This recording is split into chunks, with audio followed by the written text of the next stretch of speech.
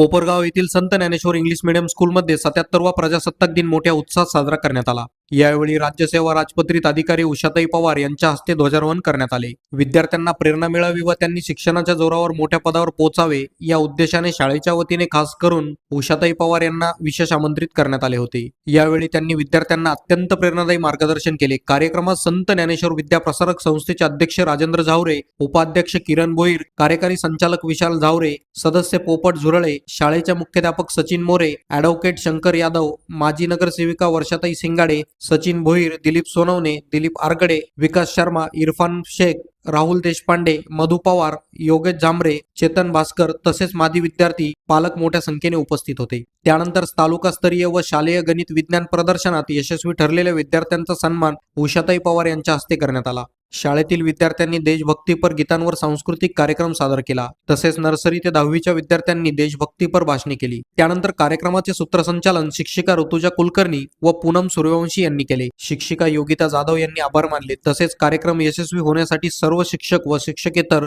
कर्मचाऱ्यांनी विशेष मेहनत घेतली। उपस्थित पालकांनी कार्यक्रमाचे कौतुक करत शाळा प्रशासनाचे आभार मानले। बातमी तुमची, प्राधान्य आमचं। प्राधान्य न्यूज साठी प्रमोद पवार, कोपरगाव। त्या सर्व प्रजासत्ताक दिनाच्या हार्दिक शुभेच्छा। थोडा वेळ कमी माझ्याकडे सर, पण जे 10-15 मिनिटात बोलते मी। प्रथमतः थँक्यू आणि मनापासून खरंच थँक्यू। इथे येण्याचं एक कारण की माझी राज्यसेवा म्हणजे MPSC मधून राज्यसेवेतनं मी गॅझेटेड ऑफिसर झालेली आहे। माझं जे यश आहे ते माझे भाऊ बसलेले आहे, ते दोन्ही पण, आणि माझा संघर्ष सगळ्या कोपरगावला माहितीच असेल। चिमुरडे आणि 10वी वयोगटातले मुलं मुली इथे बसलेले आहे। स्पर्धेत मी आज एक ऑफिसर झालेली आहे। माझी स्पर्धा ही 16 मुख्य परीक्षा आणि 17व्या मुख्य परीक्षेत मी क्लास 1 ऑफिसर झाली। माझी खूप मोठी जर्नी याच्या मागे, आणि स्पर्धेमागचं एकच कारण होतं मला की हे करायचंच होतं। MPSC मधनं मला क्लास 1 ऑफिसरच घ्यायची होती आणि ती मी करून दाखवली। एकच होतं की जिद्द, मेहनत आणि चिकाटी, आणि जो संघर्ष माझ्या फॅमिलीने माझ्यासाठी केला, आणि मी पण तो स्पर्धेत उतरून MPSC मधनं पूर्व परीक्षा, मुख्य परीक्षा, मुलाखत आणि फायनली लिस्टमध्ये तुमचं नाव असणं, ते झालं माझं। माझा निकाल 30 ऑक्टोबरला लागला आणि जेमेल आलं होतं, जनरल मेरिट लिस्ट म्हणतात, त्याच्यामध्ये माझं नाव आलं आणि मी सिलेक्ट झाले। प्रथमतः मी माझी माहिती सांगते। माझी आई एक सफाई कर्मचारी आहे। भाऊ माझा खूप पॉलिश करतो इथे छत्रपती संभाजीनगर कॉर्नरला, आणि माझ्या घरामध्ये 4 बहिणी आणि 1 भाऊ आहे। आणि माझ्या फॅमिली बॅकग्राऊंड असं म्हटलं जातं की म्हणजे गरीब आहे मी, पण एवढी पण गरीब नव्हती की माझं शिक्षण झालं नाही आणि काही झालं नाही। माझं शिक्षण खूप छान झालं, नगरपालिकेच्या शाळेमध्ये झालं। आणि मी खरंच इथं जे बसलेले आदरणीय भाऊ आहेत म्हणजे झावरे साहेब, त्यांचं मी मनापासून आभार मानेन सर की तुम्ही जेव्हा नगराध्यक्ष होते कोपरगाव शहरातले, तेव्हा तुम्ही कोपरगाव स्वच्छ करण्याचं जे काम केलं होतं सर, ते माझ्यासाठी खूप मोटिवेट होतं। आणि मी जेव्हा 10वीला होते सर, जेव्हा तुम्ही नगराध्यक्ष होते, आणि मी ठरवलं होतं सर की तुमचं जे लक्ष होतं नगरपालिकेच्या शाळेकडे ते खूप होतं सर। आणि तेव्हापासून म्हणजे 8वी ते 10वी पर्यंत मी जेव्हा इयरला होते तेव्हा तुम्ही नगराध्यक्ष होते, आणि नगराध्यक्षाच्या काळामध्ये तुम्ही ज्या नगरपालिका MKR कडे लक्ष दिले, जे मुलं चांगले चांगले मार्क्स आणत होते, तुम्ही त्यांना पुरस्कार द्यायचे, कपडे द्यायचे, आणि त्यात मी पण होती सर। म्हणून मी भाऊला तिथं बसल्यास सांगितलं नाही, मला स्टेजवर भाऊचं कौतुक करायचं होतं।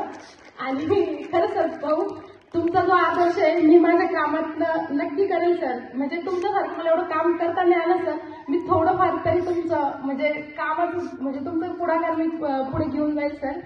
आणि इतक्या छान भाऊंच्या शाळेत मला बोलवण्यात आल्याबद्दल मी मनापासून या स्टेजवरून भाऊंना म्हणजे थँक्स म्हणते।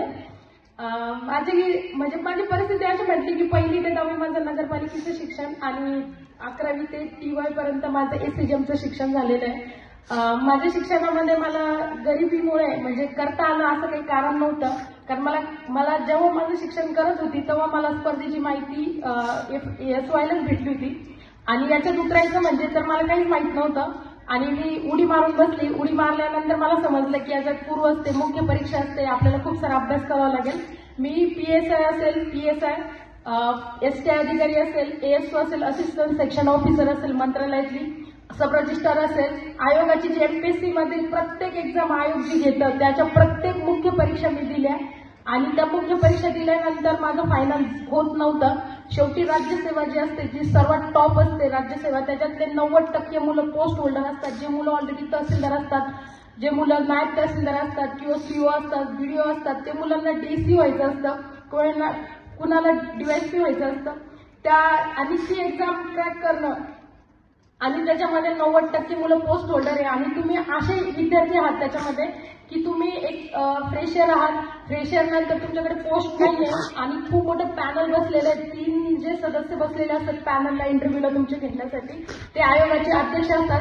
आयोगाचे अध्यक्ष म्हणजे त्यांनी 25-30 वर्ष खूप सुंदर त्यांनी सर्व्हिस केलेली असते. त्या सर्व्हिसमध्ये त्यांना अनुभव असतो, कारण ते प्रत्येक स्टुडंट त्यांनी बघितलेलं असतं, प्रत्येक माणसाला ते ओळखत असतात आणि त्यांच्याकडनं मार्क्स घेणं म्हणजे 40-45ची अपेक्षा ठेवावी लागते.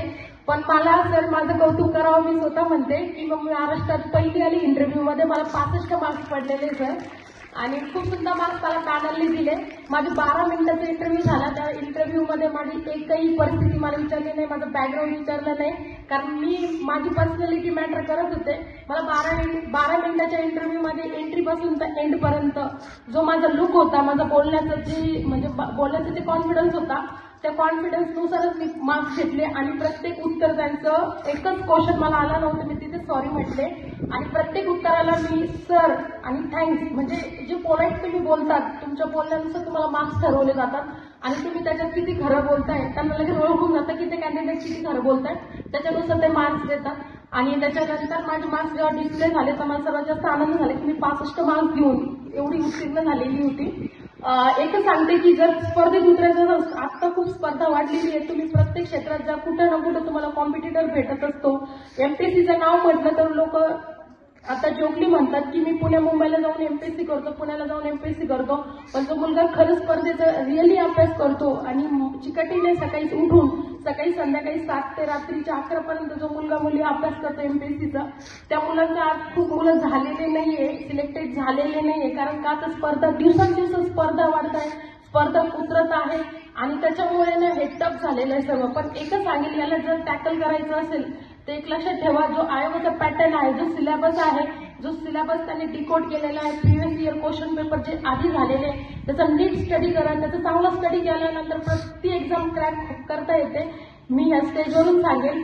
आणि आणखी सांगायचं झालं तर एमपीएससी मध्ये तुम्ही ग्रुप सी पासून तर टॉप लेवलची आता तुम्ही राज्यसेवा केलेली आहे, तुम्ही ती देऊ शकतात. याच्यासाठी इथं जे बसलेले, जे छोटे बालगोपाल बसलेले, 10वीचा वर्ग बसलेला आहे, या मुलींना मेसेज देईल की मोबाईल पासून लांब राहा, मोबाईल एडिक्टेड होऊ नका.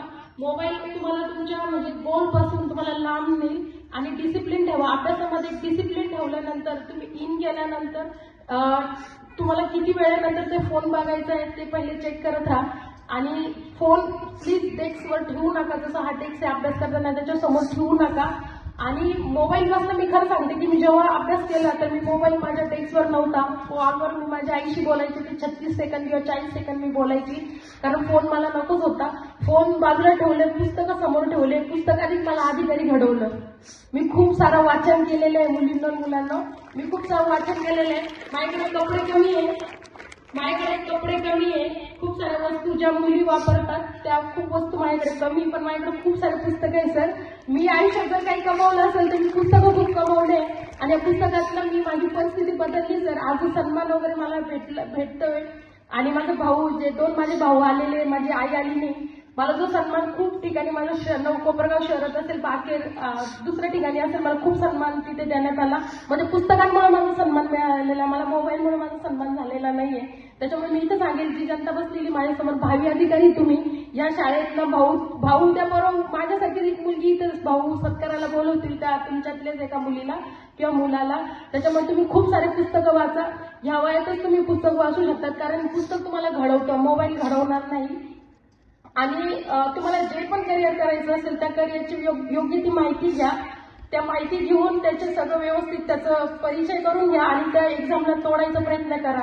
एक्झाम तुटत नाही, फक्त लक्षात ठेवा की ती जर जिथे तिथे जर मांडली की मला तोडायची एक्झाम तर नक्की तुटते ती एक्झाम. आणि त्याचं व्यवस्थित प्लॅनिंग करा. स्टडी प्लॅनिंग खूप महत्वाचं असतं. माझं सकाळीच ठरलेलं असायचं की मला दिवसभर काय स्टडी प्लॅन आहे माझा, त्या स्टडी प्लॅननुसारच मी इम्प्लिमेंट करायची आणि ते इम्प्लिमेंट झालं नसेल तर स्वतःला पनिशमेंट करण्याचाही मी स्वतःला पनिशमेंट पण मी करायची की आपलं हे स्टडी प्लॅन पूर्ण आज झालेलं नाही, एक सब्जेक्ट आज राहून गेलेला आहे तर ती झोप करायची नाही, ती एक चपाती खायची नाही, अर्धी खायची.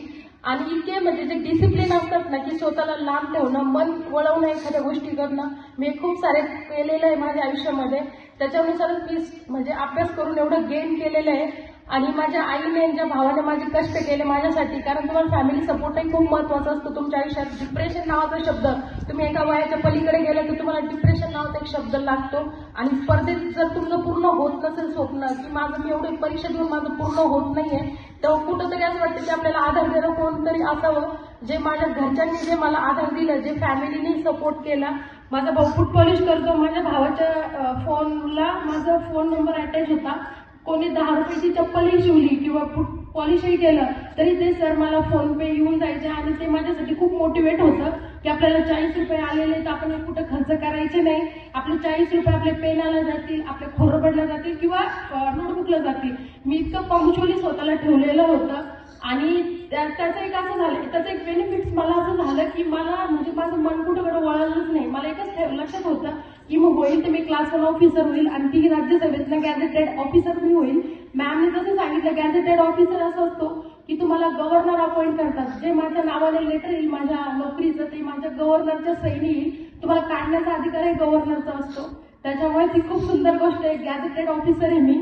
आणि ही जर्नी एका छोट्या शब्दात मला सांगता येणार नाही, कारण माझा संघर्ष आहे, प्रत्येकाचा संघर्ष असतो. आणि मी एकच सांगेल की या संघर्षामध्ये फक्त हरू नका, स्वतःला मोटिवेट करत राहा की मी काहीतरी होणार आहे, ही जिद्द ठेवणार आहे. पुस्तकं जास्त लक्षात ठेवा मुलींनो, कारण तुम्ही जितके सुंदर सुंदर पुस्तकं वाचाल तितके तुमचे विचार बदलतील, तुमचं सगळं काही चेंज होईल आयुष्यामध्ये.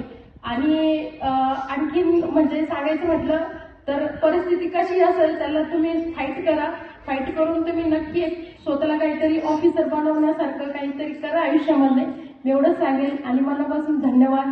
आणि एक सेकंड की आपल्या कोपरगाव शहरामध्ये अभ्यासिकाने मी तो विषय बोलले होते आता केबिनमध्ये आणि सांगितलं की समतामध्ये आहे पण थोडा आवाजाचा प्रॉब्लेम आहे तिथे. तर मी सन्माननीय इथे उपस्थित बसलेले भाऊ वगैरे त्यांना सांगेल की प्लीज अभ्यासिका ओपन करा आपल्या कोपरगाव शहरामध्ये, खरंच गरज आहे. कारण स्पर्धक सर येणार आहे आता पुढं स्पर्धक, त्यांच्यासाठी एक अभ्यासिका असावी, अभ्यासिकेचं वातावरण असावं, पुस्तक असावे सर. तर मी एवढी रिक्वेस्ट या स्टेजवरून करेल. आणि एक म्हणजे शेवटचं सांगते की थँक्यू मला इथे बोलवल्याबद्दल आणि 10-15 मिनिटं मला झेललं आहे. थँक्यू, मनापासून थँक्यू, धन्यवाद.